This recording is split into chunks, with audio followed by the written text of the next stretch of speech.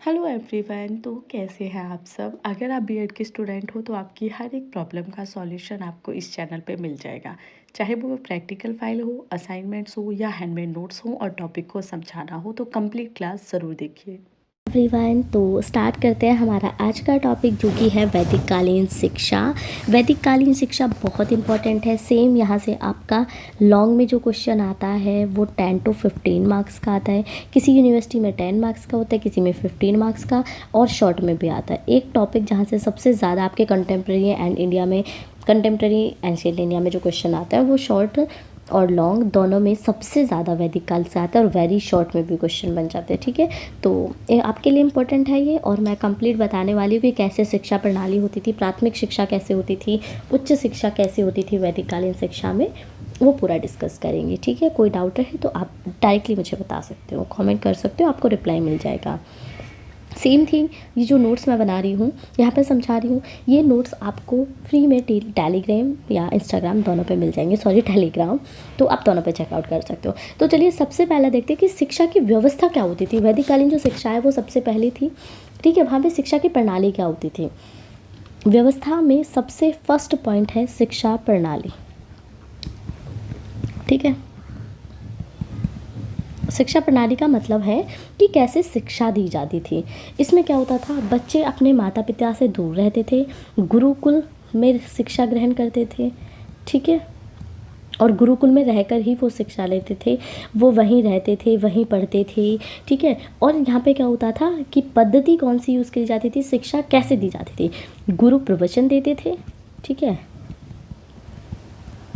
या गुरु प्रवचन देते थे, बच्चे उसे सुनते थे, सुन के मनन करते थे, या सुनते थे देन मनन कर, यानी कि मन में उसे सोचते थे। ठीक है, और इसमें जो विधियाँ यूज़ होती थी, विधि कौन कौन सी होती थी शिक्षा प्रणाली में, हमें सब लिखना है। तो वहाँ पे जो एग्ज़ाम प्रणाली होती थी या क्या होता था, एक तो मौखिक पद्धति होती थी। ये मौखिक है ना, गुरु बोल रहा है, बच्चे सुन रहे हैं, तो मौखिक पद्धति होती थी। कभी कभी वाद विवाद प्रतियोगिता भी होती थी, या वाद विवाद। ठीक है, कभी कभी कथा प्रणाली भी होती थी, और गृह कार्य देना भी होता था, बट कभी कभी, ऐसा नहीं आज के टाइम की तरह कि रोज़ ही दिया जाता था। ठीक है, तो गुरुकुल में बच्चे आते थे अपने माता पिता से दूर, वहाँ पे शिक्षा ग्रहण, सॉरी, या वहाँ पे शिक्षा ग्रहण करते थे, गुरु प्रवचन देते थे, बच्चे उसे सुनते थे, दैन मनन करते थे। बट कभी कभी वाद विवाद, कथा प्रणाली और गृह कार्य प्रणाली भी यूज़ करी जाती थी। शिक्षा प्रणाली वैदिक काल की ये थी। ठीक है, अब आ जाते हैं हम सेकेंड पॉइंट पे।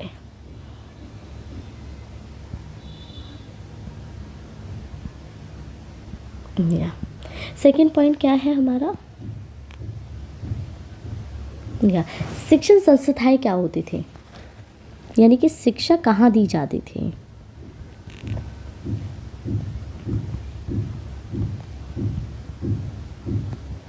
ठीक है, हिंदी इंग्लिश का तो कोई इशू किसी भी स्टूडेंट को नहीं रहेगा। जो मैं बता रही हूँ, अगर इंग्लिश के स्टूडेंट इसे देख रहे हो तो आप नॉर्मली कन्वर्ट करके लिख सकते हो। देखो, कहाँ पे शिक्षा दी जाती थी, गुरुकुल।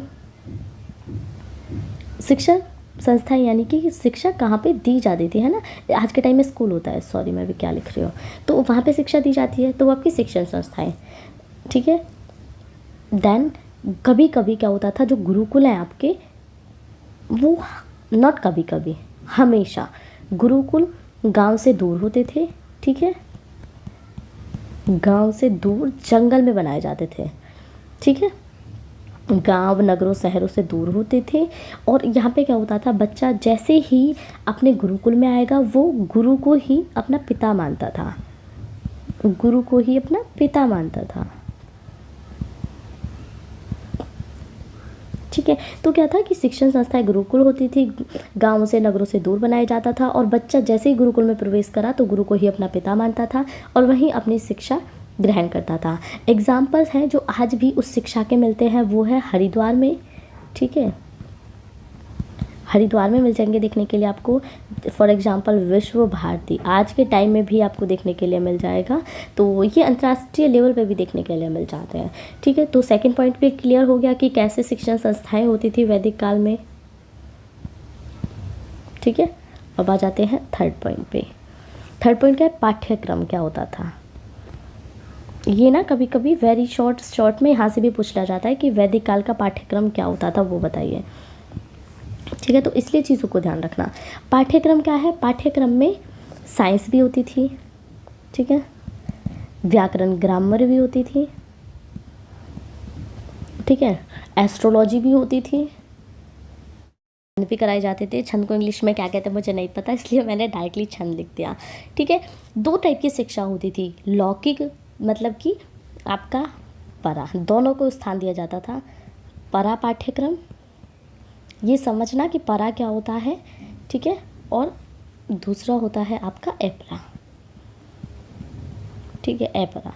परा में आते हैं आपके कुछ पॉइंट। परा पाठ्यक्रम का मतलब है कि आध्यात्मिक, ठीक है, ये कलर चेंज नहीं हुआ, या आध्यात्मिक। आध्यात्मिक पाठ्यक्रम में भी शामिल था।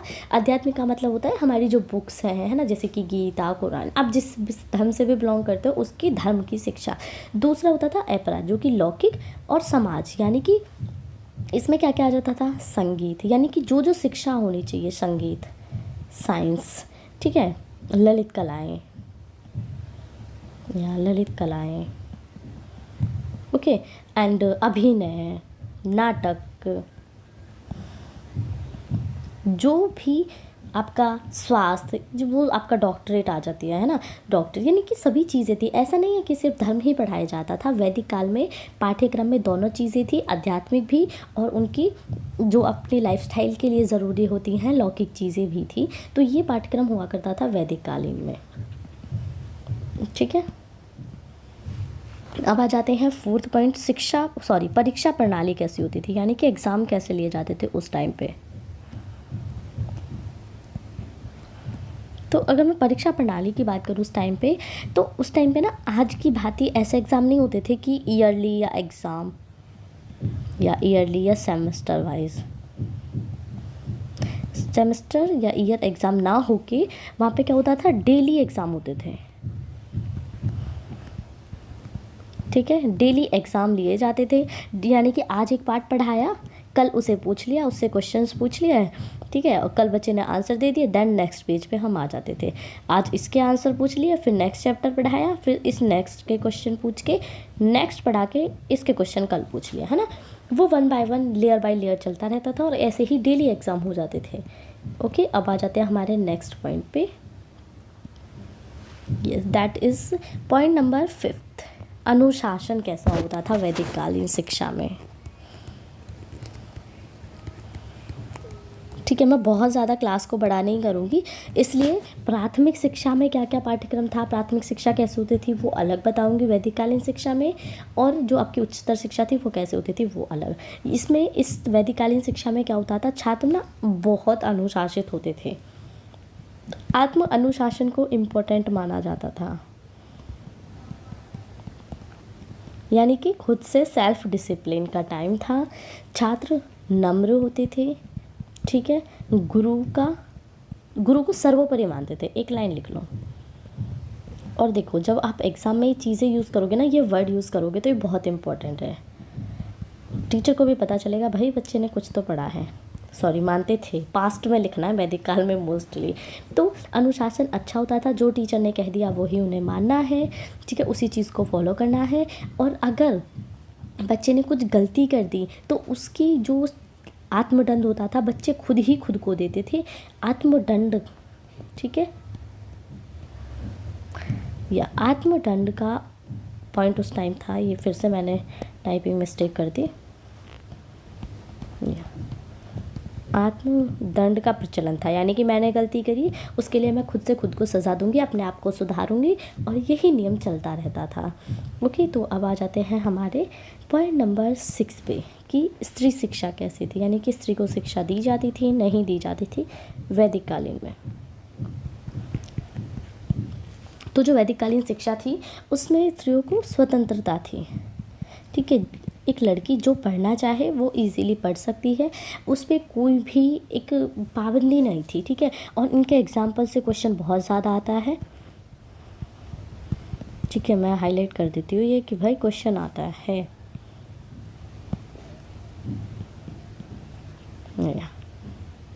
यहाँ हाइलाइटर का यूज़ करो कि भाई क्वेश्चन आता है इस पॉइंट से। क्या क्वेश्चन आता है वो देखते हैं कि वैदिक कालीन शिक्षा की जो लेडीज़ थी वो कौन कौन थी जो कि बहुत ज़्यादा फेमस थी, जिन्होंने बहुत पढ़ाई की थी। ठीक है, या क्या थी? अपाला। ठीक है, ये नाम आपको पता होने चाहिए। अपाला रोमसा वैदिक काल की वो स्त्रियाँ थी जिन्होंने उच्च शिक्षा प्राप्त की थी और जो बहुत फेमस थी। श्रद्धा, ईडा, सरस्वती, जिनके नाम आज भी देखने के लिए मिलते हैं कि सी इज़ मोस्ट पॉपुलर। हमारे ग्रंथों में नारियों का विवरण हमें देखने के लिए मिलता है। तो वैदिक काल में लड़कियां इजीली शिक्षा ले सकती थी। ठीक है, अब आ जाता है सबसे एंड पॉइंट, गुरु शिष्य संबंध। हालांकि मैं थोड़ा सा हिंट आपको इस पे तो पहले भी दे चुकी हूँ, या पहले भी मैं हिंट दे चुकी हूँ। गुरु शिष्य संबंध कैसा होता था? बहुत घनिष्ठता होती थी कि गुरु सर्वोपरि है, तो जो गुरु ने कह दिया वही हमें मानना है। आज्ञा पालन बहुत बड़े लेवल की होती थी। ठीक है, गुरु को पिता मानते थे, गुरु पिता समान। ठीक है, और जो इसमें क्या होता था कि दोनों बच्चे भी, गुरु भी, ठीक है, और शिष्य भी। यहाँ गुरु शिष्य का नाम लेना बच्चे आप यूज़ मत कर लेना। क्या करते थे? भिक्षा मांगते थे साथ में। ठीक है, भिक्षा साथ में मांगना होता था, दैनिक कार्य साथ में करना होता था। तो बहुत घनिष्ठता का संबंध था, उसमें कोई भी प्रॉब्लम नहीं थी। गुरु को हमेशा बच्चे अपना पिता मानते थे। तो इसमें आप खुद से भी लिख सकते हो कि ऐसा संबंध होता था, ऐसा संबंध होता था। यहाँ पे मैंने पॉइंट क्लियर कर दिया। ठीक है, नेक्स्ट क्लास आपको हर एक सब्जेक्ट की इजीली मिल जाएंगी, उसमें भी कोई प्रॉब्लम किसी को नहीं आएगी। आप क्लास देखो, आपको हर एक चीज़ मिलेगी। ठीक है, अब बस एक वर्ड में बोलना चाहूँगी, जिसने भी इस क्लास को यहाँ तक देखा है, thank you so much and bye bye. Yes, bye bye.